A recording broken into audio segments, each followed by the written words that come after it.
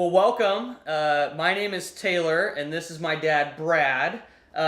We just started this video segment. We don't even know exactly what we're planning on calling it, but we are trying to help our clients have the tools to succeed financially. So, as many of you know, our mission statement is to equip you with the tools to help make your financial dreams a reality. And so one of these things that we're trying to work on here is with this video is budgeting. So we're going to talk today a little bit about budgeting and spending. I got some questions for you, Brad. I know that you're the wisdom when it comes to this. Absolutely. My experience is a little bit lacking, but you're the wisdom here. So I wanted to ask a few questions, get your experience, but I really just want to help our clients in the biggest way possible so that they can be able to be successful budgeters and be able to save towards their goals for their families. So let me start with the first question, I guess, because I think this is a great place to start, is what are the statistics on people who budget and the statistics on their spending and things like that? Do you know any off the top of your head? Well, I think I've read somewhere that maybe 1 in 3 actually have a budget. That's it. I think for our clientele, we deal more with the average person. I think we're probably 10 to 15%. So maybe 1 to 2 out of 10 actually have a budget when they come to their office. So it's a little bit discouraging sometimes to find that. Now, you're finding that with people that you work with. So what's the average age of somebody that you work with, do you think? Well, for my level, I'm going to guess probably 50 to 60 range, but I'm going to go 50 to 55, probably zeroed in more. And it's just, you're saying like 1 or 2 out of 10, so like 10 to 20%. Yeah, most of them don't have a budget. Not even, so that's crazy. I call those NBers, by the way. NBers, what's that? Yeah, those are non-budgeters. Non-budgeters, yeah. Okay. Gotcha. So NBers, that's crazy to think that people go, and these are people, would you say that they're so financially well off, the reason they're not budgeting is because they're just really rich and they don't need to worry about money? Oh, heavens no. That's definitely not the case. They just don't budget. So, go ahead. No, that's true. We do have upper level clients that do not budget, probably should, but really don't need to because they have enough cash flow that it just never really matters. But for the majority of our clients, the bulk of them do not budget and therefore have not accumulated enough assets to even think about any type of retirement without working.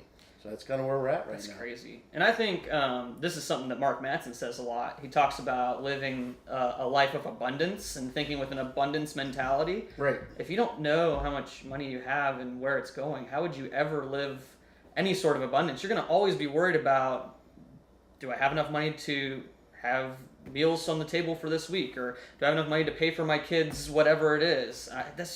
That blows my mind that people aren't consistent budgeters. So I guess maybe I'll ask you this question. This is a personal question. This is a total curveball. I didn't tell you I was going to ask you this. Okay. When did you do your first budget? Probably maybe 2 to 3 years in after we got married. I've been married for, 27 years, I think. This is a test for my wife. It's 27 years. But we didn't, I didn't budget until I got married, and a couple years into that. Then we had bought a home, and then we decided we were going to have to keep track of things. And you got married pretty old, right? If I remember I was right. 31 when I got 31, married. So, okay. Yeah, I went a long ways. I am an experienced NBer. NBer. That's all I'm going to say. So tell me a little bit then, so if we're going to get real personal on this, tell me some more about what was life like between, let's say, when you moved out or became an adult, 18 to 32, when you weren't budgeting. What was it like? Was it something where you would feel like, man, I really needed a budget? Or did you kind of go and you're just, whatever, it was all fine? I was kind of a non-farmer farmer. I wanted to sow my wild oats. So I lived in the moment at all times. So instant gratification of spending my money as I made it was where I lived. So there was no future thinking whatsoever. And this one kind of goes out to all my friends who probably know my dad's stories and know that his non-budgeting years were a little wild. So in those wild years, it may benefit you to budget.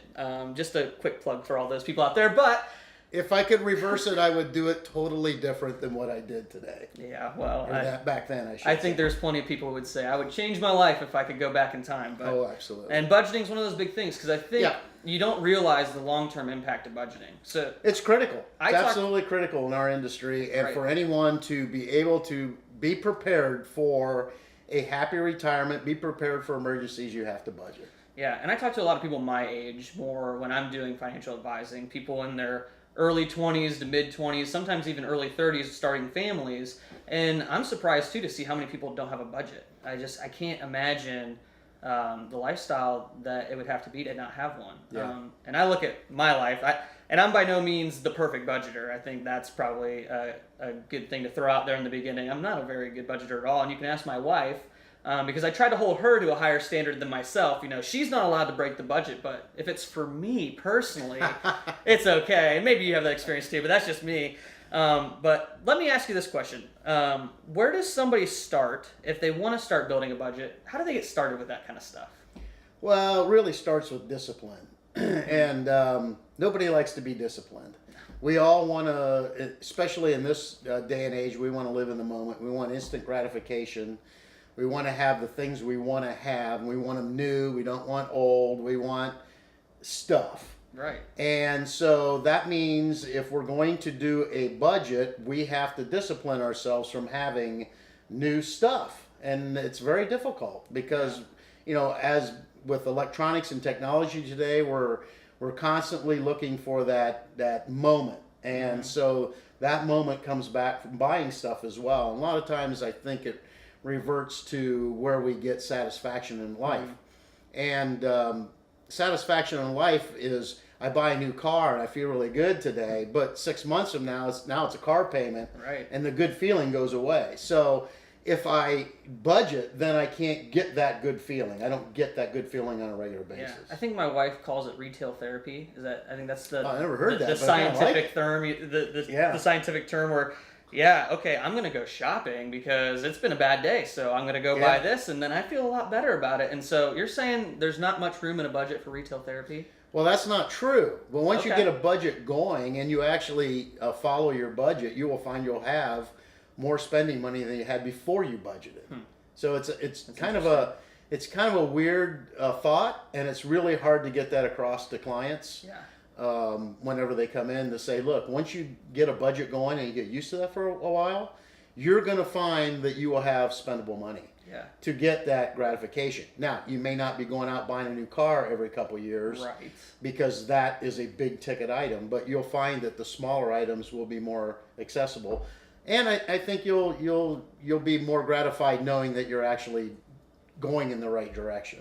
Yeah, and I actually do have an interesting experience. I was working with a client one time, and she was going through her budget for the first time ever. I think she's 22, 23. So, younger client, going through her budget for the first time. She probably has a take-home pay of about $4,000 a month. So, she's doing fairly well for herself, college educated, all this stuff, great job. But the funny thing is when she went through her budget, she goes, I should have an extra $1,200 a month. I just went through all my expenses, put everything out, line item and everything, and it says there should be $1,200. I don't have $1,200 a month sitting in my bank account at the end of the month. So what happens to it? And so that's the interesting thing is you're right. I think you find so much money in your budget that you don't know about because honestly, when you're not aware or cognitive of where your money's going and where you're spending it, it just disappears. I remember going through my first budget, and I use an app for my budgeting. I remember going through it and I'm going, I spent that much where and here and there, and I'm going, I can't believe I spent that much this weekend on this stuff. I didn't realize it because when you swipe that card, it's almost like you have amnesia once it's done. You know, swipe it, walk away, and you go, I can't believe I spent $25 at the grocery store on junk food. I didn't realize that, or I didn't know I went out this weekend and spent $60 on dinner, and I don't remember all that stuff. But now that I see it on a list, I go, holy cow, that's a lot more than I thought it was. And so it's interesting. I've always heard people say that they hate budgeting because it feels like a prison. They feel like they're locked into something. I mean, what is that how it really works? Do you feel like when you actually budget, you're just locked into this little hole in your corner and you can only spend your money here or there or whatever it is? No, I don't think so. Because when we sit down and help someone design a budget, I always leave room for some entertainment, some fun, social things, going out to eat, things of that sort. You have to have that. Right. I mean, without enjoyment in life, what good is it, right? But we can still budget around that and still leave room for those enjoyable things that you want to have. And and going back to the story, I can think of some young beauticians that came to our office a few years back and didn't have a retirement plan. and wanted to start saving for retirement, but didn't think they could really afford it. And I said, how many times do you eat pizza out in a week? Oh, maybe once or twice, or maybe not, but whatever, things like that. And I said, if you can just save $10 a week, we can start you on a retirement plan at $10 a week. Yeah. So stop eating pizza one night a week, and you can start saving for your retirement. How hard is that to do that? Because you can still, people eat out a lot anymore. That's probably the biggest thing that I see there in budget breaking. So you can still enjoy life. You just maybe not eat out every day. Yeah. You know what I'm saying? So let me break that down, because that's really interesting. So what you're saying then is that the budget isn't a prison at all. It actually gives you the ability to spend your money in different places. But at the same time, what you're also saying is you get to spend money on the things that are important to you, right? Correct. So what you're saying is that a budget actually helps you be a better version of yourself, because you're not just willy-nilly spending on emotion. You're actually planning out, how do I want my money to look, and where's it going to go? So for these beauticians who are cutting hair and all this stuff, what is it that you're really passionate about? You want to be retired when you're 65? Well, if you don't start saving, you're never going to get there. So if that's a goal, if that's one of your goals, then you need to start now. And it's not that difficult to start. If you start $10 a week, which is only what, $40 a month, sometimes $50 a month, that's not that much at all. When you break it down and think about it. But over time, over a long period of time, that ends up being a lot more than you think.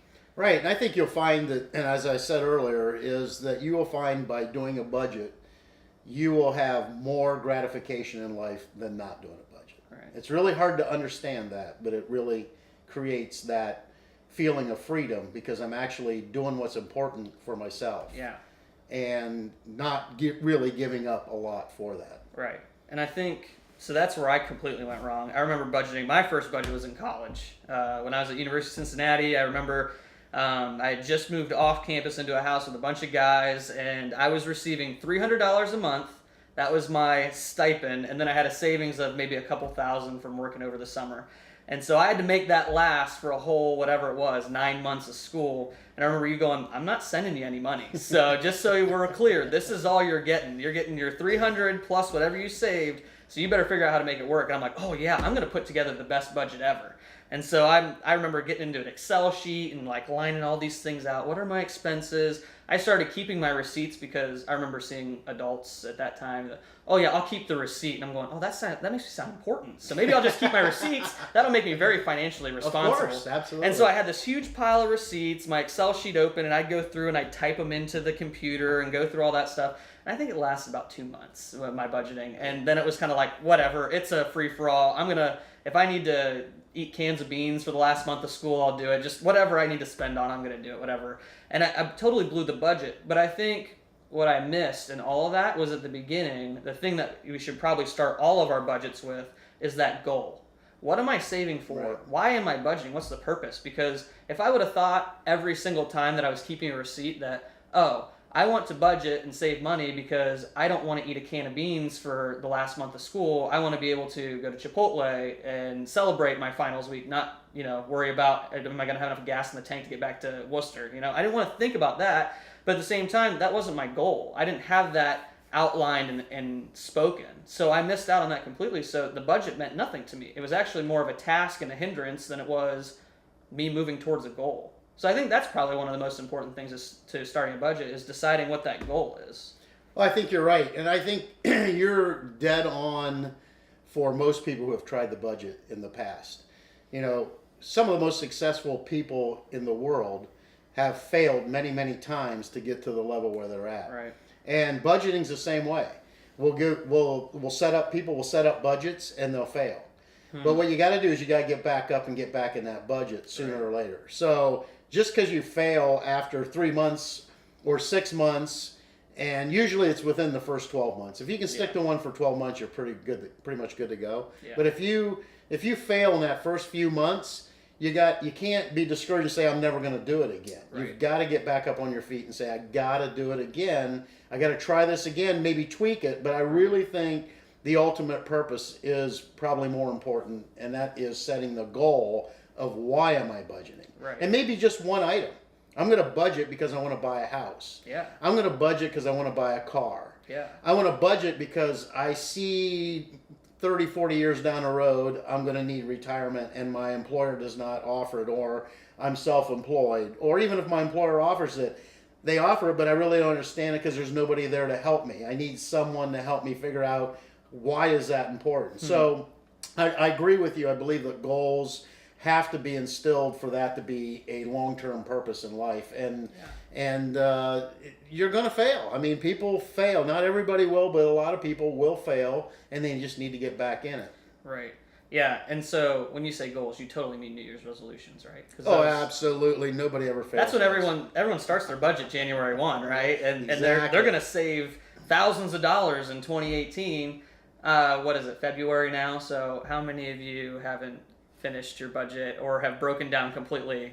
Anyway, that's a lot of us. Or how empty's the gym now? Yeah, already? that's right. That's true. Yeah, I go to the gym and you can see January attendance at the gym versus February attendance is a drastic number. And I think if you even look at the January attendance, the first 2 weeks is the bulk of that attendance, and then it goes, and so that's just a goal thing. So how do you, let me, this is another complete sidetrack question off of here. How do you stay disciplined to a goal? Because that goal is going to drive the budget.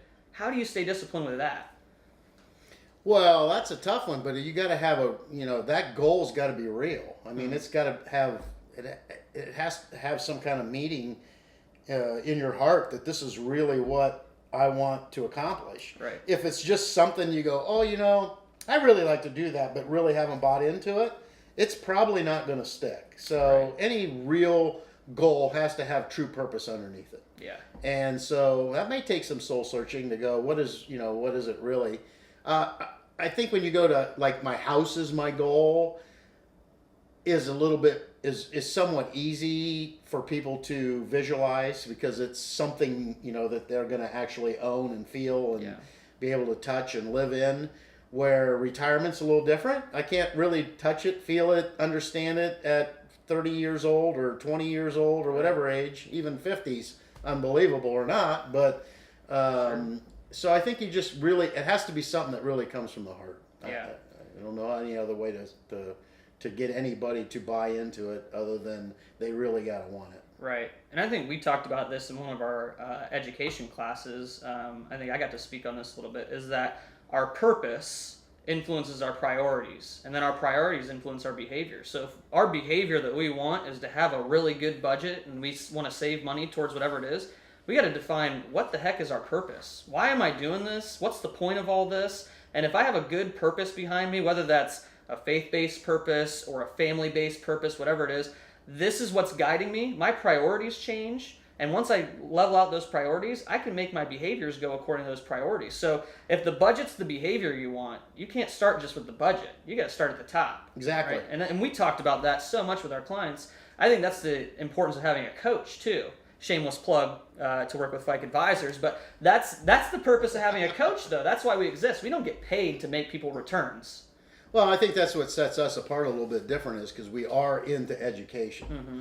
And education begins with not just educating how markets work, although it's important that people understand how stock market works and how investing works, but it's more about your personal self. How do I build my personal self? Mm-hmm. So that is solid. Then I can build, money systems or investing or whatever around that. But you're so dead on the true purpose.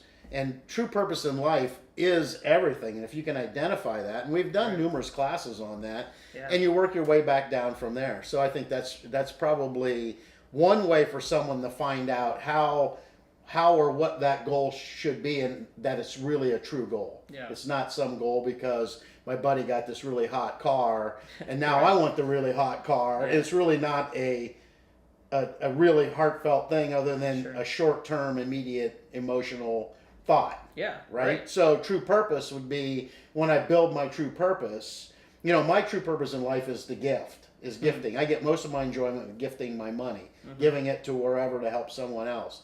That's where my true joy comes from. Right. So if I can focus on that and work around that, then other things will fall in place to get me to that. I'll stick to it and I'll be happy with it. And so that's interesting. So you would say gifting's your true purpose when it comes to your money and how you want to manage that. So then your budget would reflect that, ideally. Absolutely. You would look in your budget and be able to see, hey, where's my expenses going out? Yes, for life expenses for mom and you, but really some of your largest expenses are going to be who am I giving to and what am I giving? You can kind of label those as you go through your budget. That's interesting because I think that is a true key and a foundation to the budgeting side of the world.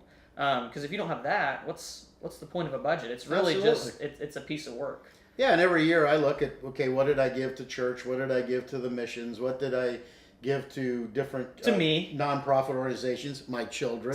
To the Taylor Fike Foundation. Yes. Oh boy, he's starting off as a grandpa now. Oh, yeah. So I look at that, and then I'd go, how can I increase that for this next coming year? Because you don't want to be stagnant with it. I mean, I could give the same amount I gave 5 years ago, but really, I don't feel the enjoyment out of that. I feel the enjoyment out of it if I can increase it every year, right, and do a better job and help spread the word of the Lord or whatever else goes in there. It doesn't, whatever your purpose is where you got to focus on. Right. Yeah, and I think that's extremely important when it comes down to breaking down into that budget. And so one of the things that I love doing with clients and sitting down with them is going through the first questions that people always have. It's number one every time they come in. Give me practical steps on how to make a budget.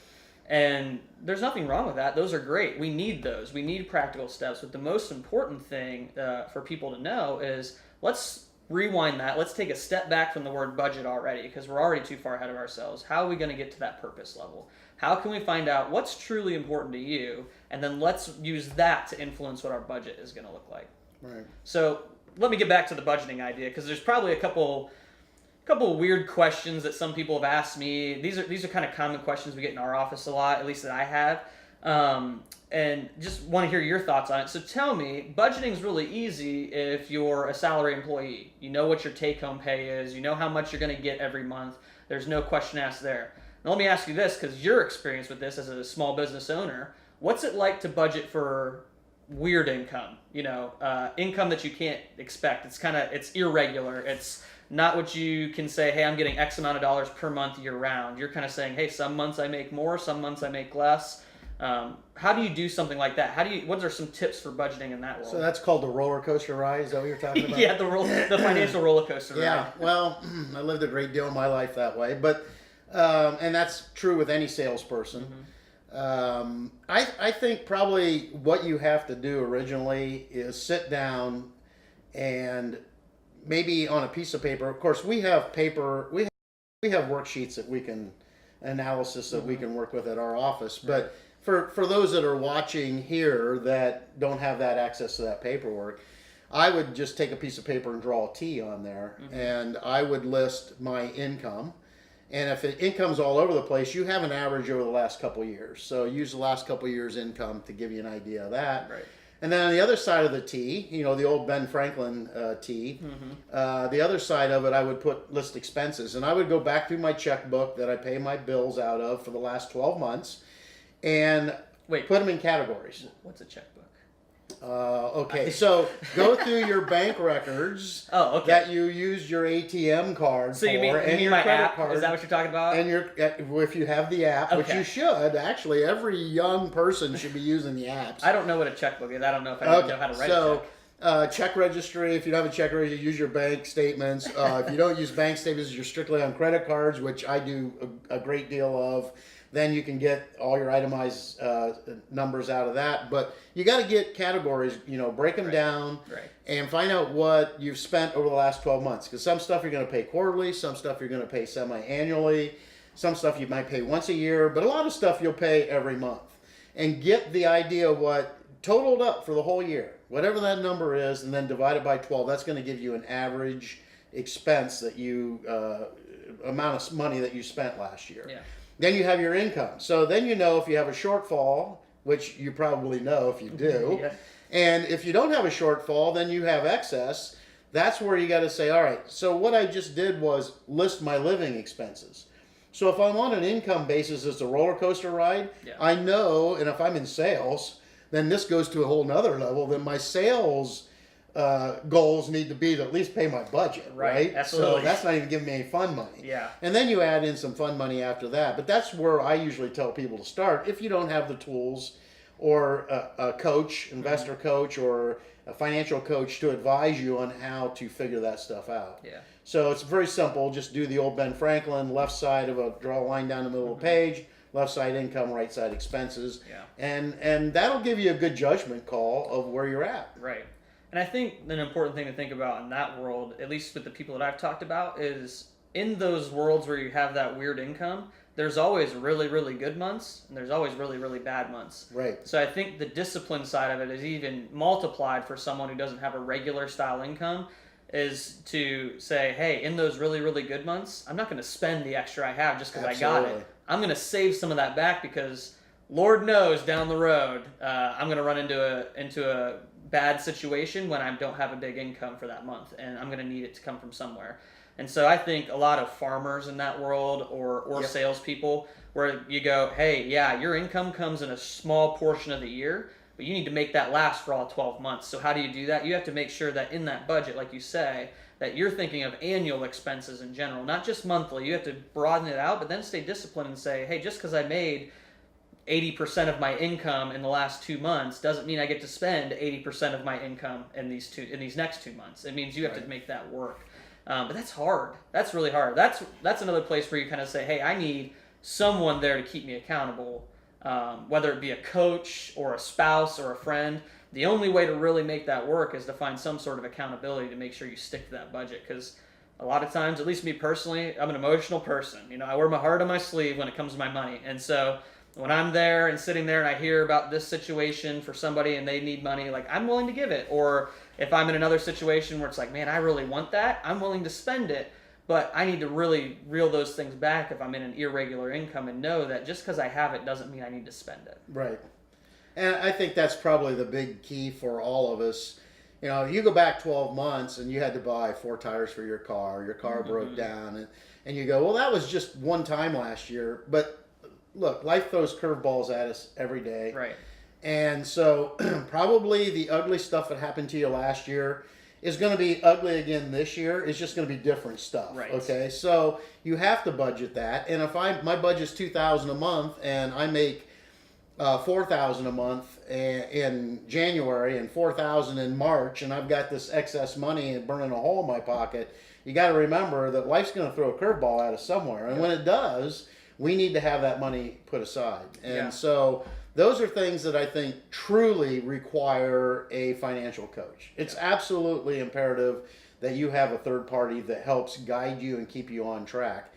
I'm not saying everybody can't do it, because there's lots of people who can. But if you can't, then you need to seek help to help you. Right. And there's, not just us. There's lots of people in this world that do that. Yeah. So I think it's important that you have some guide. And once you do that for a year or two, then you can pretty much do it on your own. You don't need that assistance. Yeah. But, those are just things that each person individually has different traits and different disciplines that, you just can't tell until you get into it, give it a shot. So let me ask you this. Let's say someone they're budgeting and they're working really hard, but for some reason they just can't seem to be able to figure out why they can't get in the positive side of the budget. So tell me here, what are some budget boosters and some budget busters? Some boosters being the things that you can do to really amp up the difference in your budget and make sure that you get that excess rather than not having enough. And then what are some busters? What are some things that people may need to cut out of their budget to make sure that they aren't going over budget with their spending? Yeah. I think to start with the busters, it's very easy. Going out to eat on a regular basis is definitely a buster budget. Yeah. It's very convenient, and we all get... and food today is somewhat addicting at different places, Yeah, absolutely. So I think eating out is probably one of the biggest budget busters that I see. So my $15 on pizza 2 or 3 times a week is probably not good for my budget. Cut it off. You're done. You're not allowed to do that. It's not good for my weight either. And actually, it's all ties together as positive stuff. If you just think about it, why do I want to beat myself up over this? When if I just discipline in one area, it covers a whole lot of different My things. Health and my finances get a lot healthier. Yeah, when, that's it. Physical health and so I think the busters are little things like that. It's that instant gratification things. The items that we want. Ice cream, for instance. You're a Fike. Yep. And so the Fike family is extremely well known for Deep ice down cream. in my heart, it's a special place. That's probably as important as retirement. No, I'm just kidding. No, I have 2 retirement funds. I have one for retirement and then one for ice cream. So you have a separate budget just Yes, for ice exactly. cream. Well, that's a great idea because you don't bust the other That's budget. right. But things like that. Those are just little things that that bust anybody's budget. It's really hard to get started, knowing that you want those little instant gratifications. Right. As far as being able to stay on course or stay on that budget, I think that it goes back to that true purpose. It goes back to knowing that I know what I know, and that's what I want to do, so therefore I know what I want to do, and I'm going to do it. Yeah. If that makes sense. But that's Sure. really what it Good boils enough. down to is, it's Deep down knowing what your purpose is. I mean, that's what's going to keep you on track. Right. And if you just do this nonchalantly because my financial advisor said I need to do a budget, so I did it, you're probably not going to stick to it. And so it has to be, again, back to true purpose. And once you start doing it, you're going to get that good feeling. You're going to see excess money, and you're actually going to see purpose for that money. Not only true purpose for life, but you'll also find purpose for that money. Okay, I got this excess money. What am I going to do with it? Well, someday I'm going to retire, or someday I don't think anybody wakes up at 18 years old and says, I'm going to work till I'm 100 years old. I mean, I just don't see that. No. So what they have to realize is that I wake up at 18. This is the beginning of my life now. Maybe more like 24 when you get out of college, or 23 or whatever the age is now. But someday you're going to want to quit working. Yeah, I'm just starting this career, but someday I'm going to want to quit that. Well, how am I going to live? Well, Social Security is not even close to survival. Right. Well, I've seen those like Viagra commercials. I want to golf every day and sit on the beach, and that's like the lifestyle, So that's what I at 24 years old coming out of college. That's what I'm anticipating at 55. When I retire. Have not ever put Viagra in anybody's budget, but I suppose it's a potential if that's their true purpose. Hey, you never know. People's purposes can be different, right? I digress. Sorry. Okay. Yes, that was digression. So anyhow, I think the boosters has to be a good feeling for you, or it's not going to last. And I think sometimes what people don't realize is that some of the biggest busters are going to be debt. And I think absolutely. You may not have seen this as much in your generation as much as mine, but student debt is absolutely suffocating. I think the average student debt payment is something like $350 maybe dollars a month. That's crazy. Yeah. And if you think you're coming out of college, I mean, when I first started, I was making $25,000 a year. That's not very much room for a $350 a month payment. $25,000 doesn't go very far when you're spending most of it on stuff that you've already done in the past. You're not even thinking future. And so I think one of the biggest busters is debt. So one of the biggest boosters can be, at least in my experience, what I've seen people do is if they work a side job, or they work, they use their tax refund, or they do a yard sale, whatever it is, they have lots of different things, but they can get a big lump sum of cash and pay off some of that debt. That becomes a huge budget booster, getting rid of that stuff, whether it be student debt. One of the biggest things I see now is people leasing or taking a loan out for a car. That's normal. Don't get me wrong. There's nothing wrong with taking a loan out for a car. But when you're paying 6% interest and you didn't put any money down because you went to the guy that says, we'll finance anybody no matter what your credit score is, that ends up hurting you in the long run. You're paying hundreds and hundreds of dollars of interest already on those monthly payments that you could have avoided if you would have budgeted well and planned better. And not got so excited. So I think if you can get rid of debt, that's one of the biggest boosters you can do for your budget in general. Well, there's good debt and there's bad debt. So that's true. Credit cards are probably the worst debt ever, and yet so easy. Yeah. So when I say that I spend most of my money monthly on a credit card, it also gets paid off every month because it's part of my budget. And I'm looking for points. I'm looking for the free stuff out of it. The flyer miles or whatever. I just talked to a young gentleman the other day, and he came up to me and said, hey, I got, where can I get a consumer loan to combine all my credit card debt? And he said, I have $27,000 in credit card debt, and I can't get consumer loan to combine all that. I want to get it paid down. And so my suggestion was that, he meet with somebody to find out how to reduce debt instead of going and getting a consumer loan, which you may save some interest. Yeah. But why not try to work those down, which means you have to have a system and a plan to do it. And so hopefully he does that. Yeah. And I think that's critical. I've run into more people with financial issues. It's always the credit card debt. So that's the bad debt. Yeah. But there is good debt. Right. And the other question, I know you've had it many times, and I've had it many, many, many times. I'm going to pay off my house first before I do anything. And I always go, but house debt isn't necessarily a bad debt. Right. Okay, I'm building equity in my house. The interest, depending on the tax code, whenever you watch this show. Yeah. Right. So sure. I disclaim that can change. Yeah. But the interest is deductible as long as you're doing a longer form. So that's not necessarily bad debt. People always come in, I want to take that, I got extra money, I'm going to pay my house down or pay it off. Why? Why would you do that? Yeah. What else do you have as debt? Because if you have credit card debt, that needs to go first. Interest rates are high. And so, we have that discussion, good debt and bad debt. Yeah. And I think, like you say, the good debt versus the bad debt, in the good debt world, who has $100,000-$200,000 in their pocket just waiting to buy a house? It's almost impossible. Right. You'd never be able to afford a home if you didn't finance that. So you need that kind of debt. But at the same time, like you say, when people say, oh, I want to pay off my house, especially before I start saving for retirement, you go, well, what if your retirement fund, let's say you're very conservative, but you're averaging maybe 5% in a retirement fund, but the interest rate on your home is 4%. Do you want to pay off a 4% loan and miss out on that extra 1% you could make towards your retirement? Sure. While you're it doesn't make sense in my mind, logically even, to say, I want to get rid of the debt. The only way that makes sense, and this is every single conversation I've had about that, where they go, I want to pay off my debt. What they want is, like you say, that instant gratification.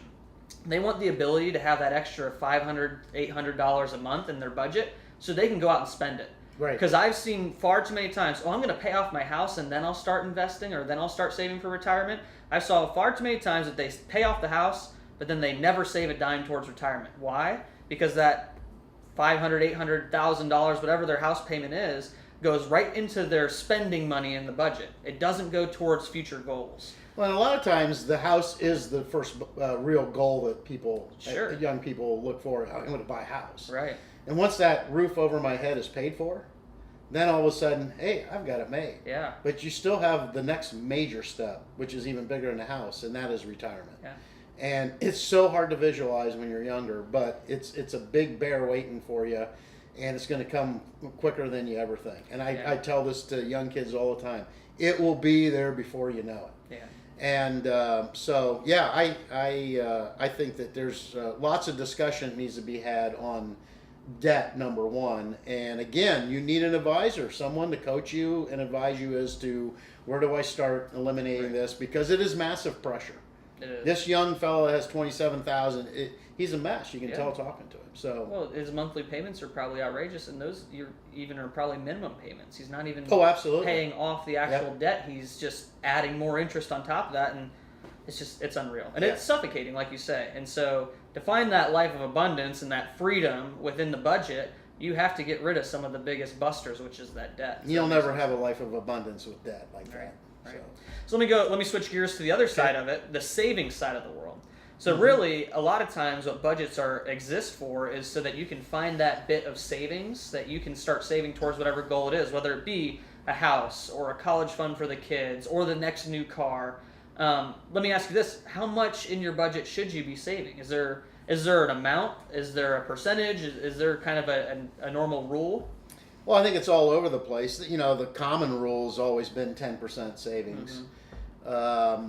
My number one statement to people that are finally starting a budget is you need to get three to 4 months income put aside. So that would be whatever your monthly budget is. So let's say my monthly budget is I need $2,000 a month to live. Yeah. So I need to have $6,000 to $8,000 saved in a savings account. I don't care what I earn on it, money market account, whatever you can do to get the best interest, but still have access to it at all times. And that's your emergency fund, because you never know when the refrigerator is going to quit, or a car breaks down, or a tire goes flat. Those kind of things. 3 to 6 is a standard in the industry. I'm a 3 to 4 guy. As you get older, you might tend to go over that number, or the 6 month number. But as starting out, that should be the first thing that you aspire to do. And once you hit that 3 month, the 4 month emergency fund, then you need to sit down with your financial coach and go, now I'm ready to start putting some money away. Right. And in that case, you can look at what's left in the budget for room, but 10% is a good general rule. Although there's lots of other formulas. So I don't know that there's any one specific formula. You're going to hear in the media, there's all these formulas you got to use. But remember, the news media is talking in general about everybody, and each one of us has our own individual situation. And that's why you have to talk with someone one-on-one that has seen all those different scenarios. Perspective. And puts it into your own personal perspective. Yeah. I think that's the key to it. Yeah, and I've seen, we actually have a process that we've designed in our office to even kind of say, here's a step-by-step of what you need to hit along the way.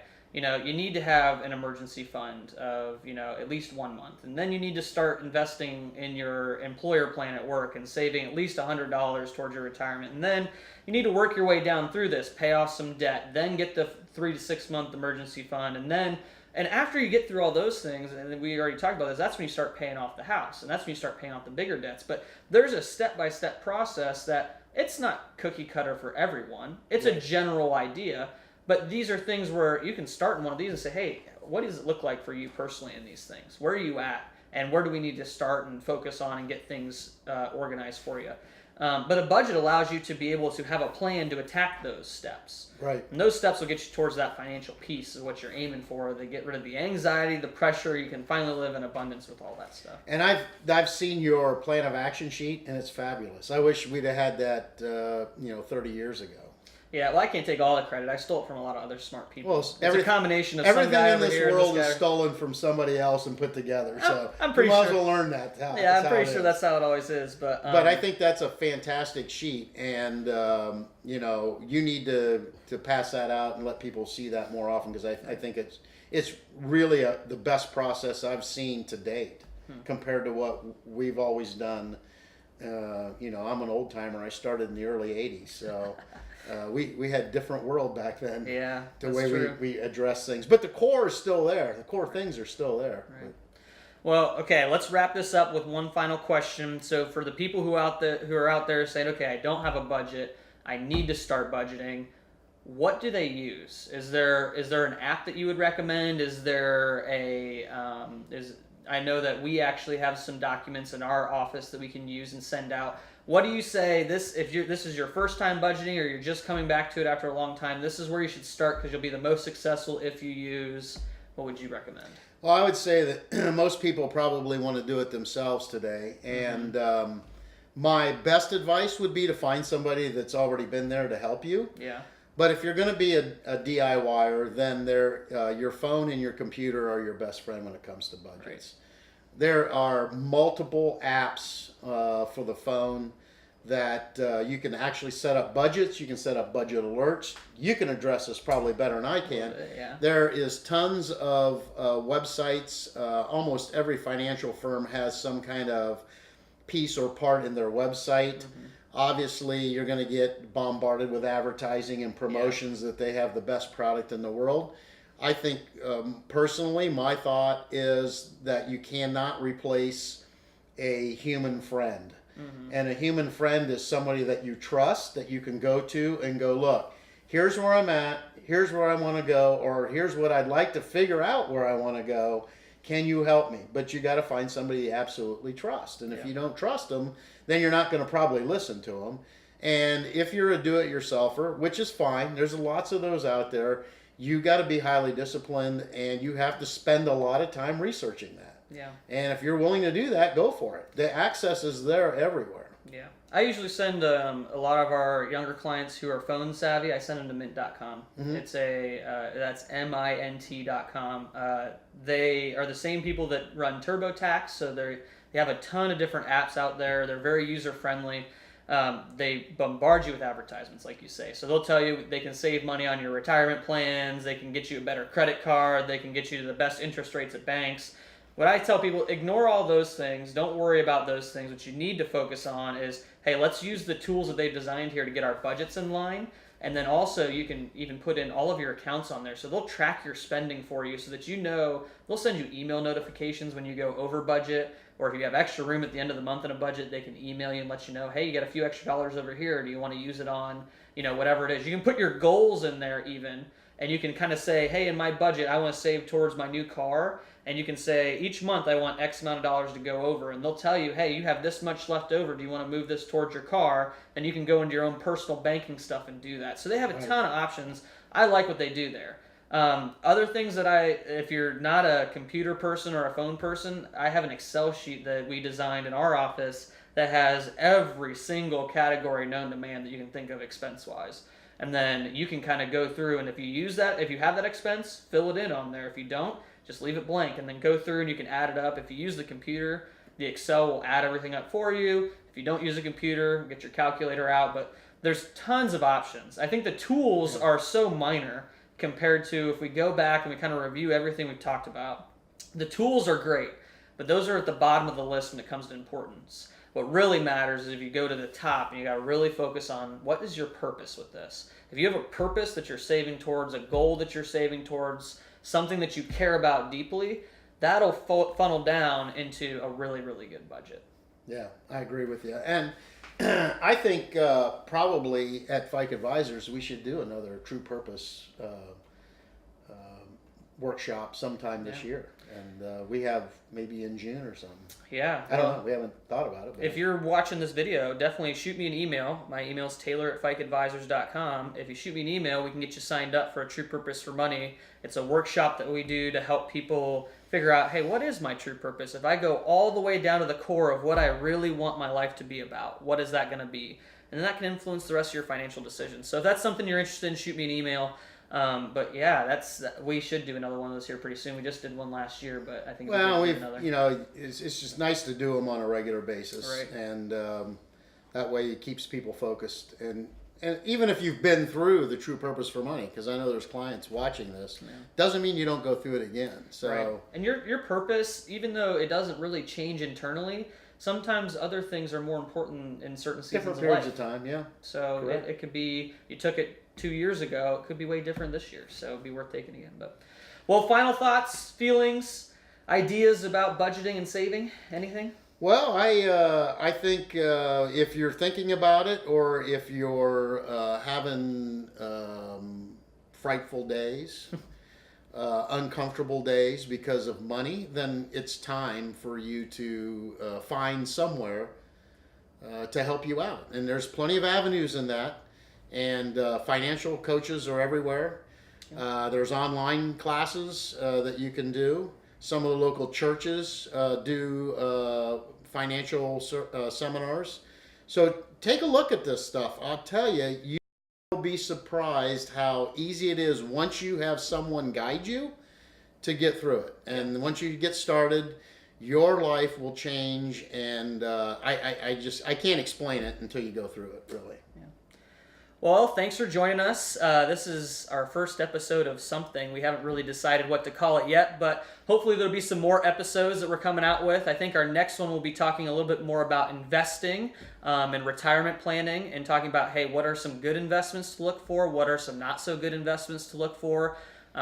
Things of that nature. So we'll be talking about that here in the future, and hopefully by then we have a name for this. But until then, as we tell all of our clients, stay the course.